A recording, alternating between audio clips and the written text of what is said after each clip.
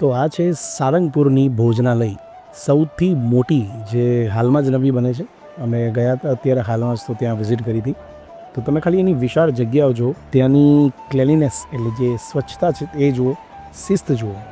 આ રીતે બધા લાઇનમાં ઊભા રહે છે ડિશ લેવા માટે. બધી જ થાળી અને વાડકી આ રીતે મૂકેલી હોય છે, તમારે જાતે જ લેવાની છે. આ રીતે દરેક જગ્યાએ ટેબલ મૂક્યા છે, બેસવાની વ્યવસ્થા છે. સવારે અને સાંજનું ભોજન અલગ અલગ હોય છે. તમે જોઈ શકો છો કઈ રીતે લોકો બેઠા છે. અમે પણ આજ પ્રસાદ લીધી હતી, તમે જોઈ શકો છો, ખીચડી કઢી, શાક અને રોટલી. તમારે જાતે જ આ ડિશ મૂકવા માટે જવાનું રહેશે. અહીંયા ડિશની વાટકી મૂકો, ત્યાં ડિશ મૂકી દો.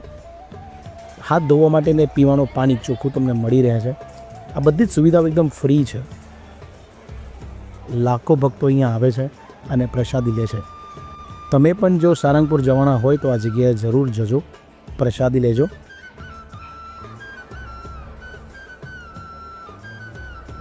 તમે જોઈ શકો છો અહીંયા દરેક એજના લોકો આવી શકે એવી વ્યવસ્થા કરવામાં આવી છે.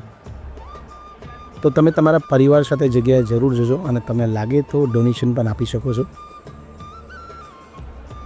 જય શ્રી રામ.